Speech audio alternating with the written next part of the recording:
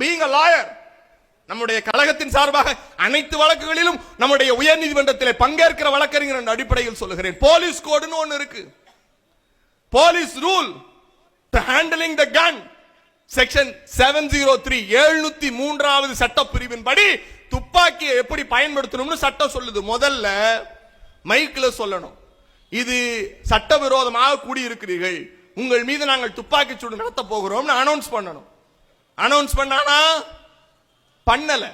இரண்டாவது, அப்படியும் சொல்லி கேட்கவில்லை என்றால் தண்ணீர் பீச்சி அடிக்கணும். வஜ்ரா வாகனத்தை தண்ணீர் பீச்சி அடிக்கணும். செஞ்சானா செய்யல. மூணாவது, tear gas should be used, கண்ணீர் புகை குண்டு பயன்படுத்தணும். செஞ்சானா செய்யல. நாலாவது, லேசான தடியடி பிரயோகம் நடத்தணும். செஞ்சானா செய்யல. ஐந்தாவது, நான் துப்பாக்கியை எடுத்து விட்டேன் சுட போகிறேன்னு வானத்தை நோக்கி 3 முறை சுடணும். செஞ்சானா செய்யல. ஆறாவது, துப்பாக்கியில் ரப்பர் குண்டு போட்டு காலுக்கு கீழே சுட வேண்டும். இது எதையுமே செய்யல.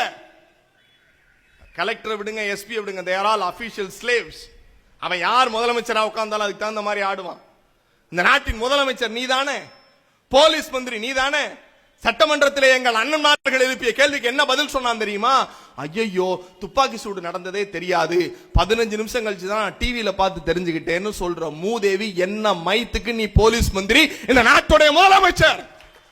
துணை முதலமைச்சர் கேட்கறாங்க, நீ என்னப்பா பண்ணிட்டு இருந்த அப்படின்னா, நான் மிச்சர் தின்னுட்டு இருந்தேங்கிறார்.